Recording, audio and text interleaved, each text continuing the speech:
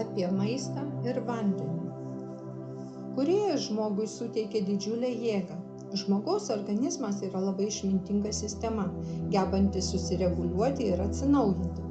Tačiau daugelis žmonių neteikia jokios reikšmės tam, ką valgo, kokį gyvenimo būdą veda, taip žudydami savo organus, ląsteles, naikindami save tiek iš vidaus, tiek ir iš išorės. Mokydamas savo mokinius didelį dėmesį skiriu jų sveikatai, nes nesveikas žmogus negali visapusiškai dvasiškai tobulėti.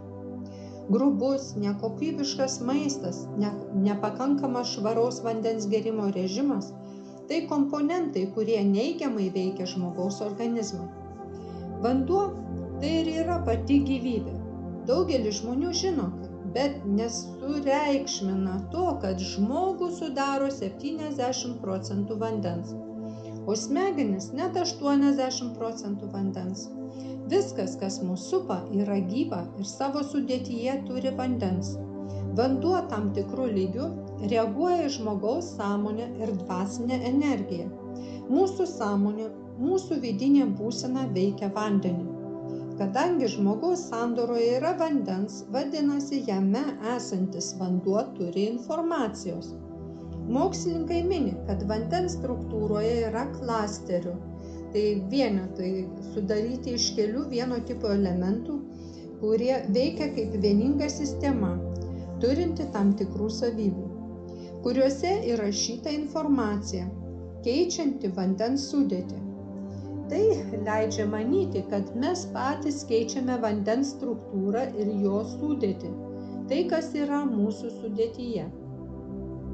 Jei žmogus nuolat yra destruktyvioje būsenoje, agresijos, pykčio, nepriėmimo būsenose, vadinasi vandens sudėtyje, jo kūno vandens informaciniuose elementuose, klasteriuose yra destruktyvi informacija.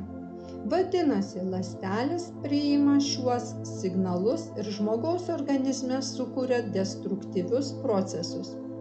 Štai kodėl žmonės serga. Kai žmogus yra džiaugsmo būsenoje, vanduo atveria stebuklus. Jis kaip gydomoji jėga pilnai atstato žmogaus organus. Vanduo yra struktūra, kuri savo būseną gali daryti stebuklus. Mokslininkai sako, kad vanduo neišnyksta, jis pereina į kitas būsenas – skystą, kietą ar garų. Tai rodo, kad vanduo yra cikliškas. Taigi, iš kur planetoje atsirado vanduo? Mokslininkai jau įrodė, kad mūsų planetos gelmėse yra tam tikras įrenginys, kuris gamina gėlą vandenį. Vandenyno vanduo susiformavo kuriant gyvybę šioje planetoje. Prieš atsirandant gyvybei visą planetą dengė vienas ramusis vandenynas. Po to formavosi dirvožemis. Dirvožemis susiformavo vandenyno paviršiuje. Visuose gyvybės atsiradimo Žemėje procesuose dalyvavo vanduo, kaip kūrėjo sukurta didinga būsena. Svarbu būti labai dėmesingam savo vidiniai būsenai, emocijoms, pasaulėžiūrai, gyvenimo požiūriui, savo elgesiui su žmonėmis, viskam, kas jūs supa. Juk žmogiškoji įtaka, spinduliavimas, jūsų emocijos stipriai veikia ne tik jūsų viduje esančias vandens daleles, bet ir jūs supantį pasaulį. Visus stebuklus, kurių siekia kiekvienas žmogus, jis gali susikurti pats. Tokia jo prigimtis, bet to nežinojimas priverčia šio stebuklo ieškoti kažkur. O jūsgi esate kūrėjas. Jūs galite viską. Norėdami atskleisti jūs supantį grožį, turėtumėte pradėti nuo savo vidinės būsenos, nuo to, ką jaučiate, ką duodate pasauliui, kiek daug galite duoti šiam pasauliui meilės bei rūpintis juo. Štai kur prasideda stebuklai. Atskleisdami save, jūs atskleidžiate stebuklą, kuriuo ir esate. Vandens klasteriai žmogaus organizme reaguoja visas žmogaus emocijas. Išlaikydami pozityvumą visada turėsite sveiką kūno struktūrą. Visame maiste, kuris patenka į mūsų organizmą, taip pat yra vandens. Jis patekęs į mūsų organizmą dalyvauja procese su vandeniu ir vyksta biocheminės reakcijas. Būtent todėl dvasiškai evoliucionuojančiam žmogui yra labai svarbi teisinga mityba. Maistas vaidina labai svarbų vaidmenį žmogaus sveikatai ir energetikai. Juk maiste yra informacija, į kurią reaguoja mūsų organizmas.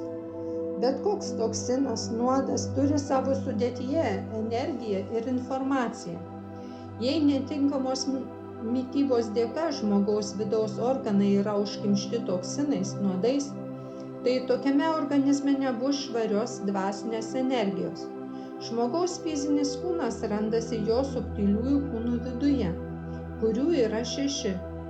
Suspaustą fizinį žmogaus kūną veikia šie 6 subtilieji kūnai. Jei iš šios žmogaus sandaros sistemos atimsime nors vieną kūną, žmogus nebebus toks, koks yra. Maistas atlieka svarbų vaidmenį visuose žmogaus gyvenimo procesuose, jo būsenoje tiek vidinėje, tiek išorinėje. Deja, šiandien visa mėsa pilna nuodų ir toksinų, kurių didžiulis procentas yra rūkytuose produktuose. Svarbu sąmoningai atkreipti dėmesį į tai, kuo jūs maitinate savo organizmą. Žinoma, labai sunku rasti produktų, kurie būtų švarūs, be toksinų ir cheminių medžiagų. Pirmenybę teikdami paprastam maistui produktams iš savo daržo arba įsigytiems iš žmonių, kurie juos tinkamai augina, išsaugosite savo sveikatą ir energiją. Daugelis žmonių valgo tai, kas juos žudo, patys to nesuvokdami. Žmogaus organizmui nereikia daug maisto. Jo reikia nedaug, bet jis turi būti kokybiškas, toks, kuris jumyse sukeltų tinkamą reakciją, kuris jūsų genome užrašytų tinkamą jūsų organizmo gyvybės būseną. Kad to pasiektume, turime sąmoningai rinktis maistą, kurį valgome. Pirkite ten ir pirkite tai, kas jūsų nuomonė yra ekologiškai švaru. Ir dar labai svarbu, kokioje nuotaikoje jūs ruošiate maistą. Jūsų vidinė būsena daro energetinę įtaką maistui. Maiste yra vandens, kuris įrašo informaciją, keisdamas jo struktūrą, kristalinį tinklą, jame įvyksta cheminė reakcija. Po to, kai jūs valgote geroje nuotaikoje, su geromis emocijomis, geroje aplinkoje, tai šis maistas atneš jums naudos. Sveiko maisto stoka – tai viena didžiausių problemų planetoje. Žmogaus sveikatos sudėdamoji dalis – tai sąmoningas žmogaus pasirinkimas, ką jis valgo, jo mintis, jo jausmai. Jūsų sąmoningumas, jūsų rūpestis savo vidinę būseną yra teigiamos energijos formavimo jūsų ląstelėse aspektai. Žmogaus vidinės būsenos stovis vaidina svarbų vaidmenį visuose jo gyvenimo aspektuose. Visame kame yra energija, viskas aplink mus yra gyva. Tai, kokios emocijos, kokia informacija yra jumyse, tai jūs spinduliuojate aplinkai ir įnešate į pasaulį. Energija tai gyvybės būsena, kuri sąveikauja su jūsų kūno ląstelėmis, subtiliaisiais kūnais, kuriančiais pasireiškinti pasaulį. Pati energija randasi neišreikštoje būsenoje. Nuo kogi reikia pradėti renkantis teisingos mitybos kelią, kaip sveikatos ir dvasinio augimo pagrindą. Svarbiausia atkreipti dėmesį į savo vidinę būseną, keičiant ją į geresnę. Reikia sąmoningai suvokti, kad maistas, kurį jūs valgote, atneš jums naudą. Žmogaus organizmas reaguoja į maisto kokybę. Genetiškai jis evoliucionavo milijonus metų ir organizmas, jo genomo lygiai prisitaikė prie tam tikros rūšies maisto. Energijos potencialui užtikrinti žmogui tikrai reikalingas maistas, bet tai sudaro viso tik 10% energijos. Tam, kad maistas teiktų naudą, maisto suvirškinimui visoms biocheminėms reakcijoms organizmas naudoja energiją. Energija yra visur, žmogaus išorėje ir jo viduje. Žmogus kiekvieną sekundę sąveikauja su energija, gyvena energetinėme lauke. Vidumi harmoningas, stabilus žmogus nešvaisto savo energijos destruktyvioms būsenoms. Kągi reikia valgyti, kad papildytume mūsų organizmą švaria energija? Pirmoje vietoje tai augalinis maistas, pupos, pupelės. Šie produktai fermentuoja baltymą. Pieno produktai, sūriai, varškė – tai svarbus maisto produktai. Riešutai – tai maisto produktas padedantis tinkamai funkcionuoti žmogaus virškinimo sistemai.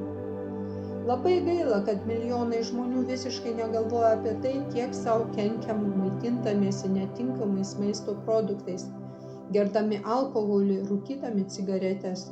Stebiuosi, kodėl milijonai žmonių nesąmoningai žudo save. Visi nori būti laimingais, sveikais, net geria alkoholį sakydami į sveikatą, bet jie jos visiškai neturi. Žmogaus organizmas turi didžiulę galią, jis gali atnaujinti ląsteles ir organus, tačiau kasdien kenkdamas savo kūnui žmogus nepataisomai priartina savo mirtį. Štai kodėl aplinkui tiek daug sergančių, nelaimingų, energijos neturinčių žmonių. Jei žmonės sąmoningai mąstytų, jaustų, maitintųsi, planetoje būtų daug daugiau sveikų žmonių. Žmogaus pusryčiai – tai jo naujos dienos energijos papildymo pradžia. Košė su pienu ar be jo, omletas su daržovėmis, varškė – visa tai yra geras maistas. Šviežiai paruoštas maistas yra pats geriausias. Organizmui nereikia karšto maisto. Leiskite jam šiek tiek ataušti, kad neapkrautumėte savo žarnyno. Svarbu valgyti duoną bei lavašą iškeptą be mielių. Ir kiekvienas valgymas turi būti tik esant gerai nuotaikai. Mėsoje, kurią vartoja daugelis žmonių, yra to gyvūno intuityvi baimės mirti informacija. Žmonės aistringai valgantis mėsą yra energetiškai labai destruktyvūs. Jie yra agresyvūs, užsidegantis pykčiu. Juk suvalgę nužudyto gyvūno mėsą, jie įneša į savo organizmą destruktyvią informaciją, papildydami tuo ląsteles ir kiekvieną genomą. Labai svarbi yra vaiko mityba. Todėl tėvai turi būti tam labai dėmesingi, kokį maistą ruošia savo vaikams. Aš nesiūlau mėsos. Augalinis maistas taip pat yra turtingas baltymais. Maitinant vaiką yra labai svarbi energetika. Negalima maitinti vaiko vyraujant blogai nuotaikai. Jei vaikas neturi apetito, tam yra priežastis. Aš nerekomenduoju maitinti vaiką per prievartą. Iš šito maisto nebus jokios naudos. Sveikai mitybai labai svarbus saikas. Svarbu naudoti aliejus, linų, sėmenų, sezamo. Nerekomenduoju kukurūzų aliejaus. Kukurūzai dabar genetiškai modifikuoti. Šis produktas patekęs į organizmą gali sukelti nevaisingumą. Tai mokslininkai įrodė jau senai. Kasdienis žmogaus gėrimo režimas – tai vienas iš sveikatos komponentų. Reikėtų išgerti per dieną apie 2-3 litrus švaraus vandens. Svarbu grynos struktūros vanduo, be pykčio ir agresijos informacijos. Aš mokau savo mokinius informuoti vandenį. Mintis ir jausmas, meilės energija įneša kūrybinę sveikatos ir šviesos informaciją. Ateityje žmonija pereis prie maitinimosi pranos energiją. Energija, kuri sukuria atminties procesą. Švarią energiją galima užprogramuoti vandenyje. Tam vandenį reikia užšaldyti, po to atitirpinti ir nupilant mintimis ar garsu ištarti meilės, sveikatos, laimės žodžius. Ne tik savo, bet ir savo artimiesiems bei pasauliui. Jūsų vidinis spinduliavimas užpildys vandenį pozityviai informacija. Informuojant vandenį galima įjungti Mozarto ar Bethoveno muziką. Tada vandens energija bus kristalo švarumo. Daugelis klausia manęs apie polivitaminus. Aš manau, viskas, kas natūralu, yra naudinga, bet kas nenatūralu, nėra naudinga. Geriausia vitaminais pasipildyti iš šviežių daržovių ir vaisių.